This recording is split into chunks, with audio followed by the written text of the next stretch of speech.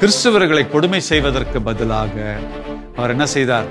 ரோமைய சமயத்தை விலக்கிவிட்டு கிறிஸ்துவமே ரோமைய சமயம் என்று அவன் அறிவித்தான். தன்னுடைய வாளால பிரபஞ்சத்துல 1/3 அப்படியே வளைச்சு போடுதான்.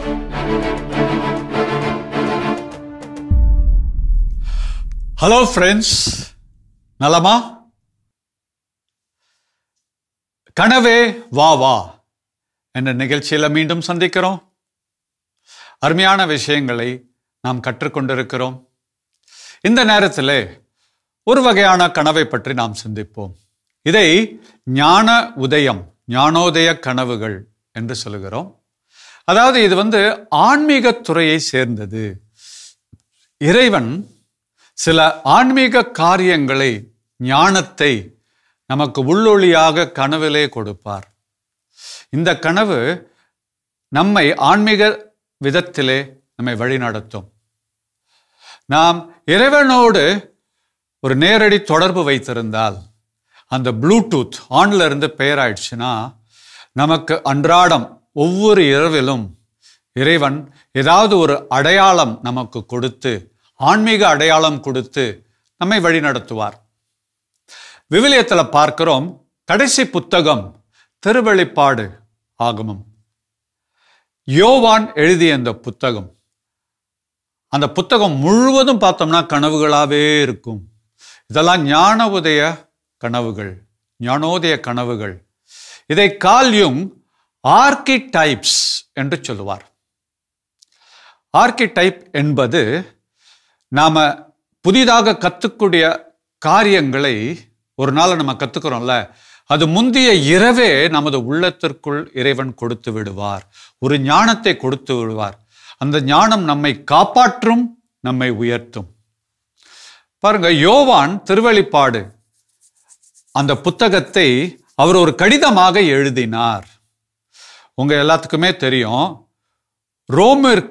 ரோமைக்கு சென்று யோவானும் பிற திருத்துதர்களும் கிறிஸ்துவர்களை உருவாக்கி கொண்டிருந்தார்கள். அதே நேரத்தில் ரோமைய அரசர்கள் அந்த முதல் கிறிஸ்தவர்களை பயங்கரமா கொடுமைப்படுத்தினார்கள். அந்த நேரத்தில் யோவான் கைதாகி பாத்மஸ் என்ற ஒரு தீவிற்கு எடுத்து செல்லப்பட்டார். அதுக்கப்புறம் மக்களை சந்திக்க அவருக்கு வழி இல்லை. ரோமையில் என்ன ஆச்சுன்னா, பயங்கரமான வேத கலாபனை ஆரம்பித்தது. குறிப்பாக நீரோ என்ற மன்னன் கிறிஸ்தவர்களை கொன்று குவித்தான். அவனுக்கு இரவிலே ஒரு பொழுதுபோக்கு, அந்த முக்கியமான தெருவிலே, அரண்மனைக்கு முன்னாடி இருக்கிற தெருவிலே அவன் குதிரை பயணம் சவாரி செய்து விட்டு வருவான். அப்ப அது இரவாக இருப்பதனால அங்க தீப்பந்தங்கள் வைக்க வேண்டும். நீரோ மன்னன் சொன்னான், எதுக்குப்பா எண்ணெயை வேஸ்ட் பண்றீங்க? இந்த கிறிஸ்தவர்கள் எல்லாம் வீணானவர்கள், வேஸ்ட் அவங்களாம். அவர்களை தூணிலே கட்டி வைத்து அவர்களை கொளுத்துங்கள், அந்த நெருப்பிலே நான் பயணம் செய்வேன் என்று சொன்னான். புரியுதுங்களா? அது மாத்திரமல்ல, கிறிஸ்தவர்களை பல விதத்தில் அவன் கொடுமைப்படுத்தினான். குறிப்பாக அங்க இருக்கிற ஒரு வீர விளையாட்டு, பொதுவாகவே வீரர்கள் சண்டையிடுவார்கள் விளையாட்டிலே. ஆனால் அவன் செய்தது, பசியாக இருக்கக்கூடிய சிங்கங்களுக்கு கிறிஸ்தவர்களை இரையாக்கினான். இது போன்ற பயங்கரமான ஒரு வேத கலாபனை நடந்தது. கிறிஸ்தவர்கள் கொன்று குவிக்கப்பட்டார்கள் எல்லா விதத்திலும். அப்புறம் அந்த ஜிலட்டின் என்ற அந்த ஒரு இயந்திரம், அவர்கள் கழுத்தை இவ்வாறாக வெட்டி அவர்கள் கொல்லப்பட்டார்கள். இது போன்று 100 கணக்கில் கிறிஸ்தவர்கள் கொல்லப்படும் பொழுது அவங்களுக்கே ஒரு விரக்தி வரும்ல, ஒரு சோர்வு வரும், ஒரு பதட்டம் வரும், பயம் வரும். ஆனா யோவான் அங்க தீவுல மாட்டிக்கிட்டார். இவர்களுக்கு என்ன செய்யறதுன்னு தெரியல. அவருக்கு கடிதம் எழுதுகிறார்கள். என்ன, நீங்க எங்களை மனம் மாத்திட்டு போயிட்டீங்க, கடவுள்னு சொல்லிட்டு போயிட்டீங்க, இப்ப கிறிஸ்துவர்கள் கொன்று குவிக்கப்படுகிறார்கள், என்னதான் சொல்றீங்க நீங்க என்று அவர்கள் கேள்வி கேட்கிறார்கள். இதே ஒரு கடிதமாக அவர்கள் அனுப்புகிறார்கள். அப்ப அந்த போஸ்ட்மேன், அந்த கடிதத்தை எடுத்து செல்பவர் யோவான் கிட்ட அந்த கடிதத்தை கொடுத்ததுமே அவர் படித்து விட்டு அவர் இந்த கடிதம் எழுதுகிறார். அதுதான் திருவெளிப்பாடு புத்தகம். அதிலே பல கனவுகள் கொடுக்கப்பட்டிருக்கின்றன. அதுல ஒரே ஒரு கனவு மட்டும் பார்க்கலாம். யோவான் கூறுகிறார், நான் கண்ட அந்த கனவிலே ஒரு பக்கம் ஒரு பறவை நாகம். அந்த பறவை நாகம் எவ்வளவு பெருசுனா தன்னுடைய வாளால பிரபஞ்சத்துல 1/3 பகுதியை அப்படியே வளைச்சு போடுதான், தள்ளிடுதான். அப்ப வாளாலே 1/3 பகுதினா கை காலில் எவ்வளவுதான் செய்ய முடியாது. இந்த பிரபஞ்சத்தையே ஆளக்கூடிய சக்தி அதற்கு இருந்தது. அப்ப ஒரு பக்கம் இந்த பறவை நாகம் கொடூரமான ஒரு மிருகம், மறுபக்கம் பார்த்தா ஒரு குழந்தை போன்ற ஒரு செம்மறி. பாருங்க, நம்ம மனக்கணக்கு என்ன சொல்லும், அவ்வளோ பெரிய பறவை நாகத்திற்கு முன்பாக அந்த சிறிய செம்மறி என்ன செய்ய முடியுங்க? அது வாளால எவ்வளவோ விண்மீன்களை இழுத்து போடுது. இந்த செம்மறி என்னது? ரெண்டுத்துக்கும் போர் நடக்கிறது. பறவை நாகம் செம்மறிக்கு என்னென்ன கெடுதல் செய்ய முடியுமோ எல்லாம் செய்து பார்க்கிறது. ஆனால் இறுதியிலே யார் ஜெயிக்கிறது? செம்மறிதான் ஜெயிக்கும். பாருங்க, அவர் கனவிலே வந்த ஒரு ஞானோதயம், இதை அவர் கடிதமாக எழுதி மீண்டுமாக ரோமையர்களுக்கு அந்த போஸ்ட்மேன் அந்த கடிதத்தை கொண்டு போய் கொடுக்கிறார். அவர்கள் அதை வாசித்ததுமே அவர்களுக்கு ஒரு உற்சாகம் ஏற்படுகிறது. தொடர்ந்து இறைவனுக்கு பிரமாணிக்கமாக இருந்தார்கள். அப்ப பாருங்க, இவ்வாறாக சென்று கொண்டிருந்தது. பறவை நாகம்தான் ரோமையர்கள், கிறிஸ்துவர்கள். இயேசு ஒரு செம்மறி. முதல் கிறிஸ்துவர்களும் அந்த செம்மறியின் மக்கள்.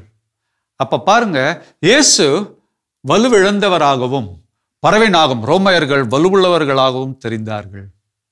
ஆனா யோவான் சொன்னார், கவலைப்படாதீங்க, ஒரு காலம் வரும், செம்மறி பறவை நாகத்தை வென்றுவிடும். அது நடந்ததா? நடந்தது. எல்லாரும் ஒரு புனிதையை பற்றி கேள்விப்பட்டிருக்கிறீங்க. பிரான்ஸ்ல ஜோன் ஆஃப் ஆர்க் என்று சொல்லக்கூடிய அந்த ஒரு ஞானி, அந்த ஒரு வீராங்கனை, அந்த ஒரு புனிதை. ஜோன் 13 வயசு இருக்கும் பொழுது ஆடு மேய்க்கின்ற சாதாரண ஒரு பெண், சாதாரண குடும்பத்தை சேர்ந்தவர். ஒரு நாள் இரவு உணவு அப்பாவுக்கும் சித்தப்பாவுக்கும் அவள் சாப்பாடு பரிமாறிக்கிட்டு இருக்கிறா. அப்பொழுது அப்பாவும் சித்தப்பாவும் பேசுகிற அந்த உரையாடலை கவனிக்கிறா. சித்தப்பா அப்பா கிட்ட சொல்றாரு, என்னன்னு பிரிட்டிஷ்காரங்க 100 வருஷமா நம்ம நாட்டை ஆட்சி செஞ்சிட்டு இருக்கிறாங்க, நம்மளாம் அடிமைகளாக இருக்கிறோம். இந்த இளவரசர் இருக்கிறாரு சார்லஸ், அந்த காலத்துல இருந்த சார்லஸ் இளவரசர் பிரான்சில், அவர் சொல்றாரு, அந்த ஆள் ஒன்னத்துக்குமே லாய்க்கு கிடையாது. நமது படை வீரர்கள் எல்லாம் சொத்துன்னு இருக்கிறாங்க. பாருங்க, நமது நாடு 100 ஆண்டுகளாக அடிமையாகவே இருக்குது. அண்ணே, இதுக்கெல்லாம் விடிவு வருமா தெரியல அப்படின்னு. ஜோன் ஆஃப் ஆர்க், அந்த பொண்ணு ஜோனுக்கு அன்னைக்கு தூக்கமே வரல. ஏன்னா சித்தப்பாவும் அப்பாவும் பேசி கொண்டிருப்பது அவளுடைய மனதில் படமாக ஓடிக்கொண்டிருந்தது. நம்ம நாடு இது மாதிரி கஷ்டப்படணுமா அப்படின்னு. அப்பதான் அவளுக்கு கனவிலே மீண்டுமாக இயேசுவின் உருவம் வந்தது. இயேசு கையிலே சிலுவை ஏந்துவது வந்தது. அது வெற்றியின் சின்னம் என்ற அந்த ஒரு அடையாளம் வருகிறது. உடனே அவளுக்கு ஒரு உத்வேகம், ஒரு சந்தோஷம். இதான் அந்த ஆர்கிடைப் என்று சொல்லுகிறோம், அந்த ஞான உதயம். அடுத்த நாள் சித்தப்பா கிட்ட போய் சொல்லுது, சித்தப்பா என்ன நீங்க படையில சேருங்க, இந்த நாட்டுக்கு விடுதலை நான் வாங்கி கொடுப்பேன் அப்படின்னு. அம்மா, பெண்கள் எல்லாம் சேர்க்க மாட்டாங்கம்மா அந்த காலத்துல. இப்ப பெண்கள் படையில் இருக்கிறாங்க, அந்த காலத்துல படையில் சேர்க்க மாட்டார்கள். அப்ப அவர் சொல்றாரு, அதெல்லாம் முடியாதுமா. இல்ல சித்தப்பா, அந்த சார்லஸ் இளவரசர்கிட்ட என்ன கூட்டிட்டு போங்க, அவர் என்ன செய்யறாரு, நான் பேசிக்கிறேன் அவர்கிட்ட அப்படின்னு. பாருங்க, அந்த இரவிலே அவளுக்கு தோன்றிய அந்த ஞான உதயம் எந்த அளவுக்கு உதவியது என்றால், இளவரசர்கிட்ட கூட்டிட்டு போறாங்க. அவர் சொல்றாரு, இல்லம்மா, பெண்களெல்லாம் நாங்க சேர்க்கறது இல்லை, நீ 13-14 வயசு இல்லை, ஏறக்குறைய அப்ப 16 வயது ஆகிவிட்டது, நீ ஒரு டீனேஜர்மா, ஆண்களுக்கே அந்த வலிமை இருக்கும், பெண்களுக்கு அது இருக்காதுமா, உன்னெல்லாம் சேர்க்க முடியாது அப்படின்னு. அப்ப அவள் சொல்லுகிறார், நான் ஆண் போன்று நான் உடை அணிந்து வரட்டுமா, என்னுடைய வீரத்தை நீங்கள் பாருங்க கொஞ்ச நேரத்தில், பிடிக்கவில்லைன்னா வெளியே அனுப்பிடுங்க அப்படின்னு.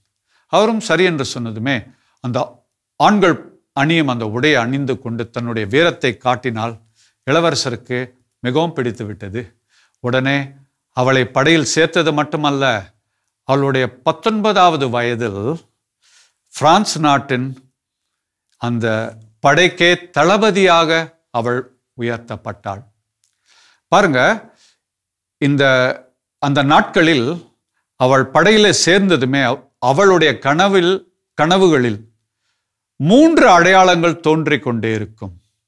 ஒன்று சிலுவை, இரண்டாவது நம்ம திருப்பலியிலே ரச பாத்திரம், இயேசுவின் இரத்தத்தை தாங்கிய அந்த ரச பாத்திரம், அது அவங்க கண்ணுக்கு தோன்றும். மூன்றாவது ஜெபமாலை. அவங்க எப்ப அந்த நாட்டின் தளபதியா மாறினாங்களோ இது 3மே அவங்க கண்ணில் இருந்தது. ஆகவே அவர்கள் இன்னொரு சின்னமும் அவர்களுக்கு தோன்றியது, அதாவது பாவ சங்கீர்த்தன தொட்டி. ஆகவே தளபதி ஆனதுமே அவங்க என்ன தெரியுமா கட்டளையிட்டார்கள், எல்லா படை வீரர்களும் ஒவ்வொரு நாளும் கண்டிப்பாக காலையிலே திருப்பலியில் பங்கெடுக்க வேண்டும். இரண்டாவது, ஒவ்வொரு மாலையும் படை வீரர்கள் குழுவாக சேர்ந்து ஜெபமாலை ஜெபிக்க வேண்டும். வாரத்திற்கு ஒரு முறை எல்லா படை வீரர்களும் நன்றாக ஒப்புரவு பெற வேண்டும், பாவ சங்கீர்த்தனம் என்று கட்டளையே விட்டான். எல்லாருமே செஞ்சாகணும் அப்படின்னு. அப்ப பாருங்க, அவர்களுக்கு என்ன தெரியுமா வரும், பிரிட்டிஷோட படை மிக பெரிதாக இருந்தது, ஆனால் பிரெஞ்சு படையோ சிறிதாக இருந்தது. ஆனால் அவங்களுக்கு ஒவ்வொரு நாளும் புது புது திட்டங்கள் உதிக்குமா அவங்களுடைய தூக்கத்துல, கனவுல. அப்ப அந்த புதிய திட்டத்தை அடுத்த நாள் அவங்க அதை நடைமுறைப்படுத்தி பார்ப்பார்கள். அதிலே வெற்றி வெற்றி வெற்றி. எந்த அளவிற்கு என்றால் 2 ஆண்டுகளில் பிரான்சில் இருந்த அனைத்து பிரிட்டிஷ் படைகளையும் விரட்டி அடித்து அந்த நாட்டிற்கு விடுதலை வாங்கி கொடுத்தாள். பாருங்க, அப்ப அந்த இரவிலே ஏற்படுகின்ற அந்த ஒரு அனுபவம், அந்த கனவிலே வருகின்ற ஒரு அடையாளம், அந்த அடையாளத்தை நாம் புரிந்து கொண்டால் நமது வாழ்க்கையில மிகப்பெரிய வெற்றிகளையும் வளர்ச்சியையும் மலர்ச்சியும் அது கண்டிப்பாக கொடுக்கும். நமக்கு பிடித்த ஒரு புனிதர் John Maria Vianney. Maria Vianney யோவான், அவரை பற்றி தெரிஞ்சிருக்கும் நல்லா. அவர் சிறுவனாக இருக்கும் பொழுது நல்ல ஒரு இறைப்பணியாளராக, குருவாக ஆக வேண்டும் என்று அவருக்கு ஒரு ஆசை மட்டுமல்ல, அது ஒரு திண்ணமான ஒரு எண்ணம், ஒரு குறிக்கோளாக மாறியது. இதனால அவர் அந்த பரீட்சை இடத்திற்கு போய் சேருகிறார், செமினரி என்று சொல்லுவோம். ஆனா அவருக்கு ஒரு பிரச்சனை, படிப்பு சுட்டு போட்டாலும் வராது. அதுவும் அந்த காலத்துல படிப்பெல்லாம் லத்தீன் மொழியில, தாய்மொழியே ததிகினத்துவம், இதுல எங்க ஒரு புது மொழியை கற்றுக்கொள்வது. லத்தீன் அவருக்கு சுத்தமாக புரியவில்லை, படிக்க முடியவில்லை. என்ன படிச்சாலும் மறந்துடும். அந்த செமினரில் அவருக்கும் சரியான பயிற்சியெல்லாம் கொடுத்து பார்க்குறாங்க. பலர் அவருக்கு சொல்லி கொடுத்து பார்க்குறாங்க. அவர் எதை படித்தாலும் அடுத்த நாள் மறந்துவிடும். ஒரு நாள் அவரை வழிநடத்துபவர்கள்லாம் மீட்டிங் போட்டு முடிவு பண்றாங்க, மரிய வியானியை வீட்டுக்கு அனுப்பணும் அப்படின்னு. ஆகவே முதல்வர் அழைக்கிறார், தம்பி இங்க வா, உனக்கு லத்தீன்லாம் நல்லா புரியுதா? இல்ல ஃபாதர். சரி, இந்த கோட்பாடுகள்லாம் சொல்லித்தரமே, இதெல்லாம் மனசை தங்குதா? எது படிச்சாலும் மறந்துடுது ஃபாதர், நான் என்ன செய்யறது? அப்ப அவர் கூறினார், நாங்களாம் சேர்ந்து முடிவெடுத்திருக்கிறோம்ப்பா. சாரி, இந்த வார்த்தையை நான் பயன்படுத்துகிறேன். கழுதைக்கு தெரியுமா கற்பூர வாசனை? நீ ஏறக்குறைய கழுத மாதிரி இருக்கிறப்பா, அதுக்கு எப்படிப்பா கற்பூர வாசனையை நம்ம அதுக்கு உணர்த்துவது? ரொம்ப கஷ்டம். அதுவும் அந்த காலத்தில், அவர் மரிய வியானியின் காலத்திலே இறைப்பணியாளர்கள் தான் அதிகமாக படித்தவர்கள். லத்தீனோட ஞானம், அறிவு அதிகமாக இருக்க வேண்டும்.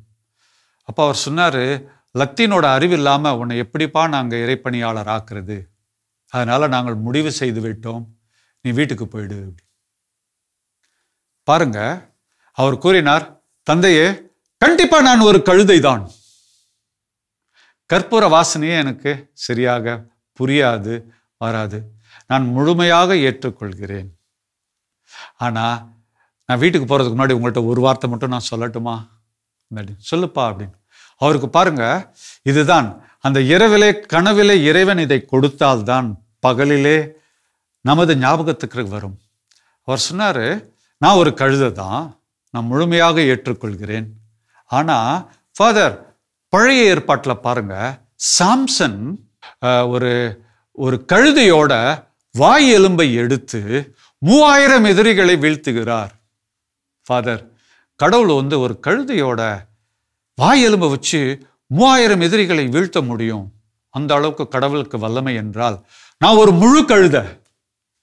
ஃபாதர், இந்த முழு கழுதையை வைத்து கடவுள் என்னென்ன காரியங்களெல்லாம் செய்ய முடியும் என்று சொன்னதுமே அப்படியே ஒரு அதிர்ச்சியில் உறைந்து விட்டார் அந்த அதிபர், அந்த முதல்வர். அப்பா, உனக்கு ஞானம் இல்லைன்னு சொன்னேன், என்ன மாதிரியான ஒரு ஞானம்!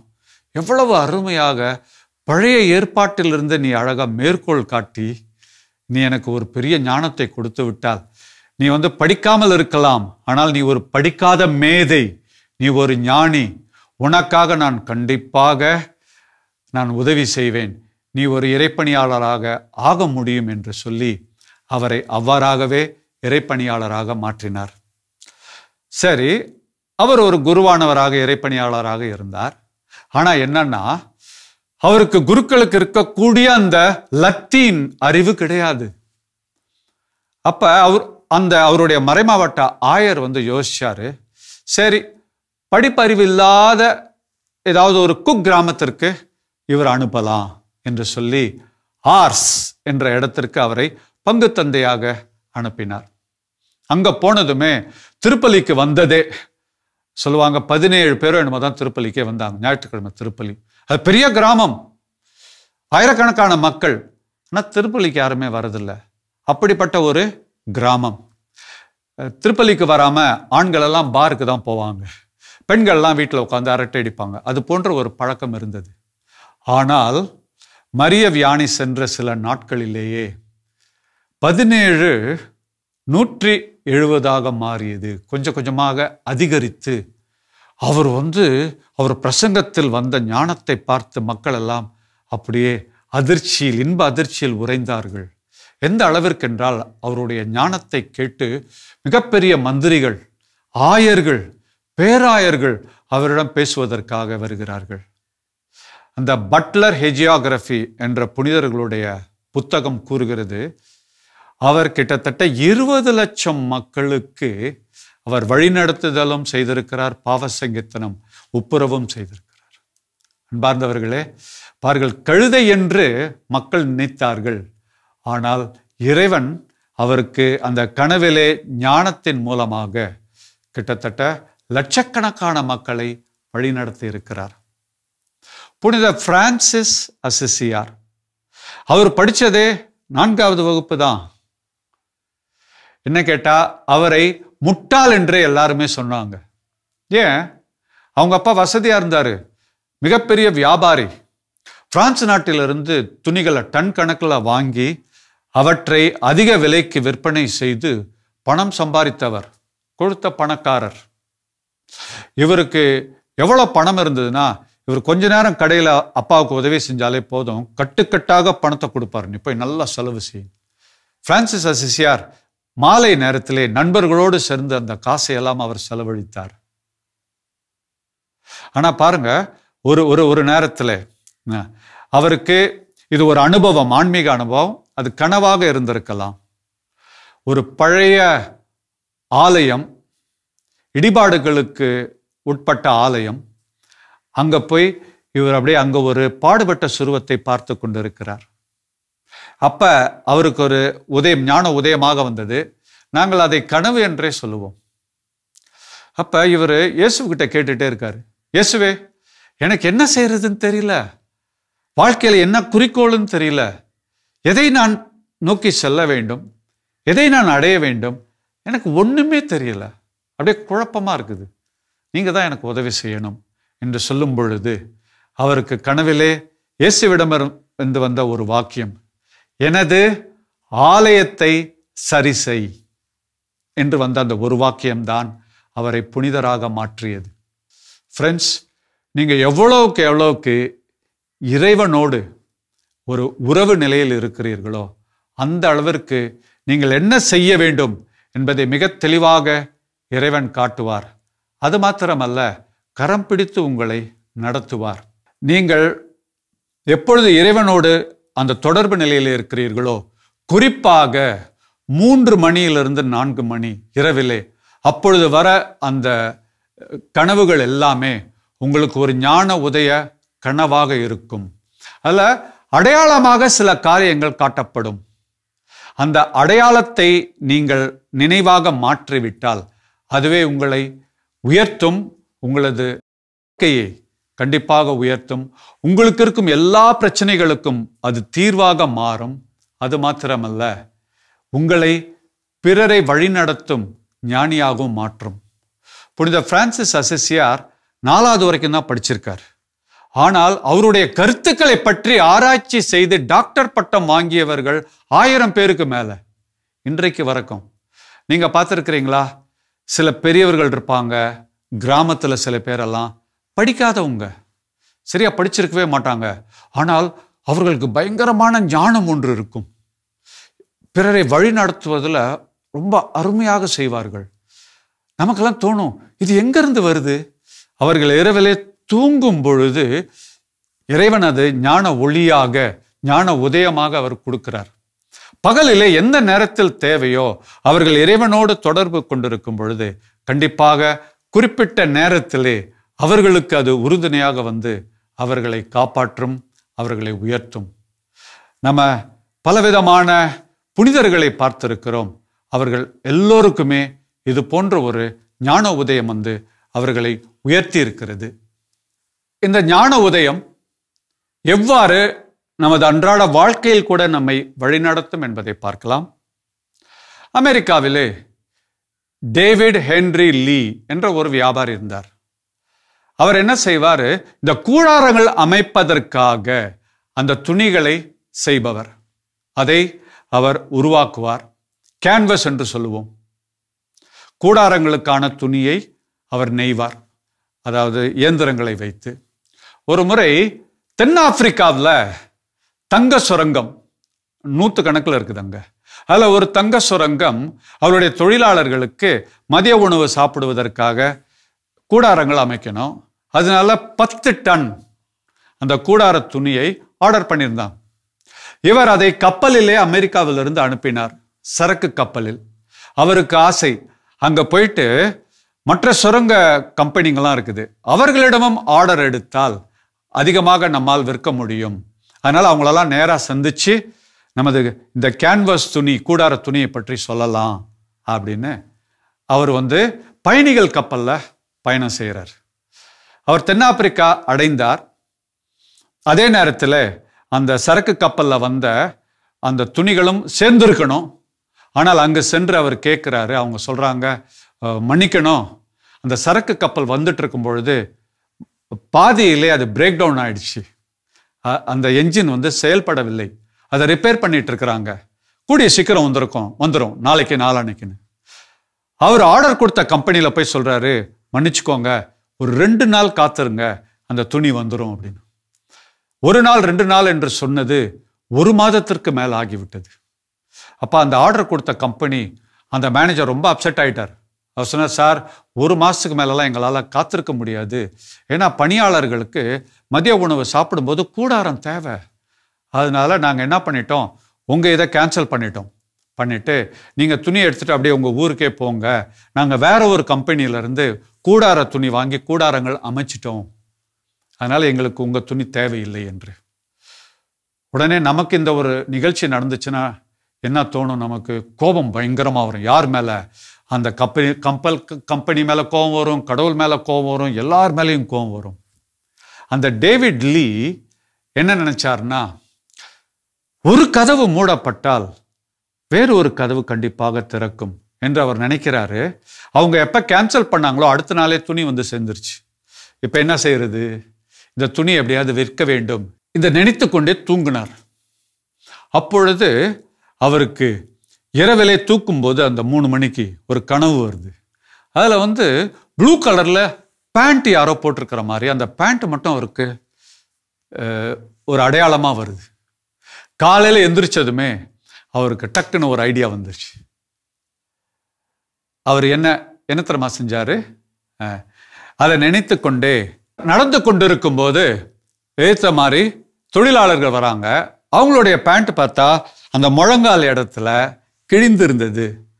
அவர் கேட்கிறார். அவங்க சொல்றாங்க, நாங்கள் முழங்கால் படியிருந்து மண்ணை வெட்டுவும் பொழுது அந்த மண் பட்டு கிழிந்து விடுகிறது. 2 மாதத்துக்கு ஒரு முறை எங்களுக்கு 2 பேண்ட் கிடைக்கும் என்று சொன்னார். இவருக்கு உடனே அந்த கனவில் வந்ததும் ஞாபகம் இருக்கிறது. அந்த ஒரு ஐடியா, ஒரு யுக்தி, ஒரு கருத்து வந்து விட்டது. உடனே தான் தங்கி இருக்கிற இடத்துக்கு போனாரு. அங்க 10 டன் அந்த கூடார துணி இருந்தது. அதுல ஒரு துணியை எடுத்து நீல கலர் சாயம், ஏன்னா அவர் அந்த கனவுல பார்த்தது நீல கலர் பேண்ட், நீல கலர் சாயம் வாங்கி தண்ணீரில் கலந்து அதுல ஊற வச்சிட்டார் 1/2 மணி நேரம். அதை காய வைத்தார். அந்த துணியை மடித்து அவர் அதே கம்பெனிக்கு போனார். அதே மேனேஜர்கிட்ட போய் சொன்னாரு, சார் கூடார துணி வேணான்னு சொல்லிட்டீங்க, எனக்கு புரியுது. நான் அமெரிக்காவில இருந்து பேண்ட் துணி கூட கொண்டு வந்திருக்கிறேன் சார் அப்படின்னு. அப்படியா அப்படின்னு. சார் நீங்க தைக்கிற பேண்ட் 2 மாசத்துல கிழிஞ்சிருது சார். ஆனா இந்த பேண்ட் இருக்குது, இது ரொம்ப ரொம்ப ரொம்ப ஸ்ட்ராங்கா இருக்குது. இது போட்டீங்கன்னா 1 வருஷத்துக்கு கூட கிழியாது சார் அப்படின்னு. அது மட்டும் இல்ல, காட்டன்ல செஞ்சிருக்கிறோம், இது ரொம்ப கூலா இருக்கும் என்று சொன்னதுமே சரி என்று அந்த துணியை வாங்கி அவர்கள் பேண்ட் தைத்து 2 தொழிலாளர்களுக்கு கொடுத்தார்கள். அதை அவர்கள் 1 வாரம் பயன்படுத்திட்டு மேனேஜர்கிட்ட சொன்னாங்க, சார் ரொம்ப சூப்பரா இருக்குது, எங்களுக்கு அது காட்டன்ல இருக்கனால நல்ல மிருதுவா இருக்கு, எங்க காலில் மண் அவ்வளவு படவே இல்லை, அதே நேரத்தில் நல்லா உழைக்குது சார், எங்களுக்கு ரொம்ப பிடிச்சிருக்கு என்று சொன்னதுமே அவர் என்ன செய்தார், அனைத்து தொழிலாளர்களும் கணக்கு போடும்போது 30 டன் அவருக்கு தேவைப்பட்டது. உடனே இவர் அந்த கேன்வஸ் துணிகள் எல்லாம் எடுத்து நீல கலர் சாயத்தில் அவர் நனைத்து அதை ஊற வைத்து காய வைத்து கொடுத்து விட்டார். பாருங்க, 10 டன் கொடுத்துட்டார். அப்புறம் 20 டன் செய்து கொடுத்து விட்டார். அப்புறம் அவர் யோசிச்சாரு, இது ஏன் இந்த தொழிலாளர்கள் மட்டும் போடணும், மற்ற எல்லாருமே போடலாமே என்று சொல்லி அவர் உலகம் முழுவதும் இதை வியாபாரம் செய்ய ஆரம்பித்தார். அதை விட மிகப்பெரிய பணக்காரராக மாறினார். அவர் கூடார துணி விற்றிருந்தால் அவர் சாதாரண ஒரு கோடீஸ்வரராக இருந்திருப்பார். ஆனால் உலகம் முழுவதும் விற்ற பிறகு மிகப்பெரிய கோடீஸ்வரராக மாற்றினார். அன்பார்ந்தவர்களே, நீங்கள் இயேசுவோடு இறைவனோடு ஒன்றித்திருக்கும் பொழுது உங்கள் கனவுகளில் கூட ஆன்மீக ஞானம் வரும். இவர்களை உயர்த்திய அதே கனவு உங்களையும் உயர்த்தும். தொடர்ந்து இதை பற்றி நாம் சிந்திப்போம். நன்றி, வணக்கம். நம்ம முழிக்கிறதுக்கு முன்னாடி நம்ம பார்க்கும் கனவுகள் எல்லாம் நமது உணர்வுகளை வெளியேற்றும் கனவுகளே. யாருக்கு நம்ம உதவி செஞ்சோமோ, யாரை நம்ம பாதுகாத்தோமோ, யாருக்கு அவர்கள் வாழ்க்கையில் எல்லா நன்மைகளும் செஞ்சிருக்கோமோ, அவர்களே நமக்கு எதிரிகளாக மாறிவிடுகிறார்கள்.